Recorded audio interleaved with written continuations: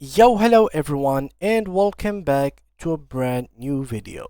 In today's video, I'm going to show you how to run Google Safe Search on and off. So it's basically toggling it on and off depending when you want to use it or not use it. So first of all, we need you guys to open your browser and open google.com. Here I'm going to search for something such as, for example, WinRAR. Once we have done that, as you can see, let's get search for anything, not really WinRAR only, but anything that could be related to it, as you can see in here. So let me just search for example, like here, and as you can see from this area, we need to go ahead and click on our icon, and from here, as you can see guys, we need to go ahead and go to Safe Search option, which is located right here. As you can see now, the Safe Search is blurred. We can either filter it or turn it off as we'd like.